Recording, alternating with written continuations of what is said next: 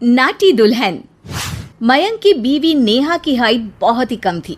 वो इतनी नाटी थी कि लोग उसका कई बार मजाक बना देते। अरे नेहा, तेरे लिए तो मुझे किचन में टेबल रखना पड़ेगा। माँ जी, इतनी भी नाटी नहीं हूँ मैं। और हाँ, हिल्स पहनकर तो बिल्कुल आपके बराबर आ जाती हूँ। अरे तेरे पापा ने महंगी कार का लालच दे दिया, वरना तो मेरे बेटे के लिए लंबी लंबी लड़कियों की लाइन लगी थी। क्या बताऊं तुझे, कटरीना फैल थी उनके सामने।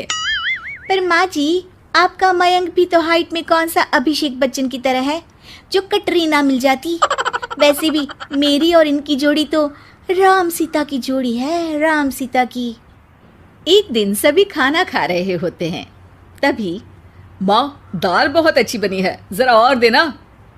रुको जी, मैं लेकर आती हूँ, किचन में है, वैसे भी मैं खड़ी ही हूँ। ये सुनकर सास हंसने लगती है। तुम खड़ी हो या बैठी, एक जैसी लगती हो। बस कीजिए जी, अभी हिल्स नहीं पहनी है, वैसे भी हिल्स पहनती हूँ तो आपके बराबर ही लगती हूँ। एक दिन नेहा सब्जी लेने बाहर निकलती है तो पड़ोसन कहती है, अरे देखो देखो कितनी नाटी है। मयंक तो दिखने में अच्छा है, हाइट भी ठीक ठाक है, फिर क्या जरूरत थी ऐसी नाटी बहू लाने की। दहेज बहन, दहेज।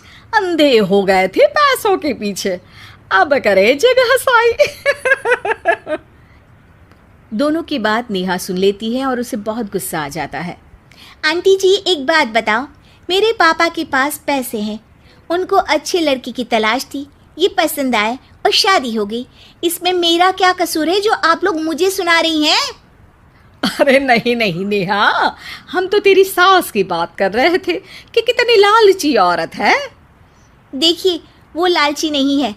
हाँ, उनकी कुछ शौक है जो वो अपने बेटे से पूरा करवाना चाहती है, और देखा जाए तो उसमें उनकी गलती भी क्या है भला। अगर इन्होंने मुझसे शादी की है तो ज़रूर कुछ न कुछ तो अच्छाई नज़र आई होगी ना। और अब ना तो मैं आपकी बहू हूँ और ना ही आपके रिश्तेदारों को मुझसे मिलना है। फिर ये बात समझ नहीं आई कि आप इतना परेशान क्यों हो रही हैं। ये बोलकर नेहा वहाँ से निकल जाती है। नेहा, चलो तैयार हो जाओ, हम लोगों को एक पार्टी में जाना है।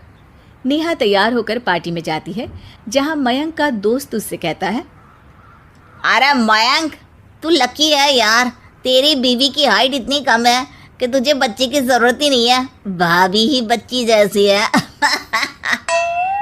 और मयंक, मेरी बीवी इतनी कम हाइट की हो ना तो मैं तो घर से बाहर ही ना निकलूं, कहीं फुदक कर चली गई तो लेने के देने पड़ जाएंगे। सभी नेहा पर हंसने लगते हैं। तभी पार्टी की जगह पर आग लग जाती है।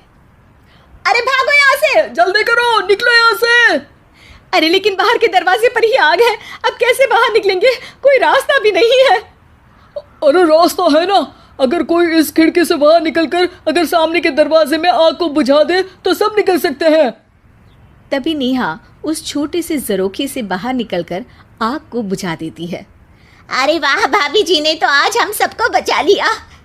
वाह भाई वाह, बीवी हो तो ऐसी, अपने पति ही नहीं बल्कि यहाँ मौजूद सभी की जान बचा ली है इसने। भाई मयंक, माफ कर देना, तेरी बीवी तो सच में कमाल है। मुझे ये बात पता है और मुझे मेरी बीवी पर गर्व है। नेहा मुस्कुराकर अपने पति की तरफ देखती है। कुछ दिनों बाद जब नेहा और उसकी सास मार्केट जाती है, वहाँ पर, अरे भैया, ये कपड़ा तो देना, कितने का पड़ेगा? माता जी, ये तो बहुत महंगा कपड़ा है, लेकिन अब बस सिर्फ 2 मीटर ही बचा है। मेरे तो किसी काम का है नहीं ये टुकड़ा, तो आप 100 रुपया ही दे दीजिए। अरे भैया, तो मैं क्या करूँगी इस टुकड़े का, लेकिन वैसे है बड़ा ही सुंदर। तभी नेहा बोल पड़ती है, इसमें तो मेरी पूरी ड्रेस बन जाएगी। ये कहकर वो कपड़ा ले लेती है। अगले दिन नेहा वो ड्रेस पहनकर सास के सामने आती है। अरे वाह नेहा, ये ड्रेस तो बहुत ही सुंदर लग रही है, बड़ी महंगी होगी ना? अरे कपड़ा तो मैंने ही पसंद किया था, बस पूरा नहीं था तो इसने ले लिया। सिर्फ 200 रुपये की ड्रेस है ये पूरी। देखो माँ जी, नाटी होने का भी कम फायदा नहीं है। जैसे तैसे दिन कट रहे थे। सास और पड़ोसियों के मजाक बनाने का सिलसिला चल ही रहा था कि एक दिन मोहल्ले से जोर जोर से आवाज आती है, हाय रे मैं मर गई, भगवान मैं क्या करूं। अरे क्या हुआ? देखते हैं तो सभी एक हॉल के सामने भीड़ लगाकर खड़े हैं। मेरा बेटा प्रिंस गड्ढे में गिर गया है। पड़ोसन जोर जोर से रोने लगती है कि तभी वहां नेहा आ जाती है। रोइए मत, मैं प्रिंस को लेकर आती हूँ।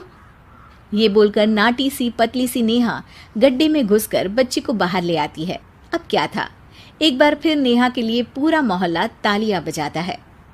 मुझे माफ कर दो नेहा, मैंने तुम्हारी हाइट का कितना मजाक उड़ाया था। कोई बात नहीं मौसी, प्रिंस ठीक है, ये बात है।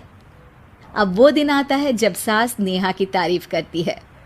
वाह बहू वाह, तेरी तारीफें सुन सुनकर तो मैं खुश हो गई। आज तो तूने ये साबित कर दिया कि समाज में इंसान अपने रंग रूप और लंबाई चौड़ाई से नहीं बल्कि साहस और हौसले से काबिल कहलाता है। मुझे माफ कर देना बेटा।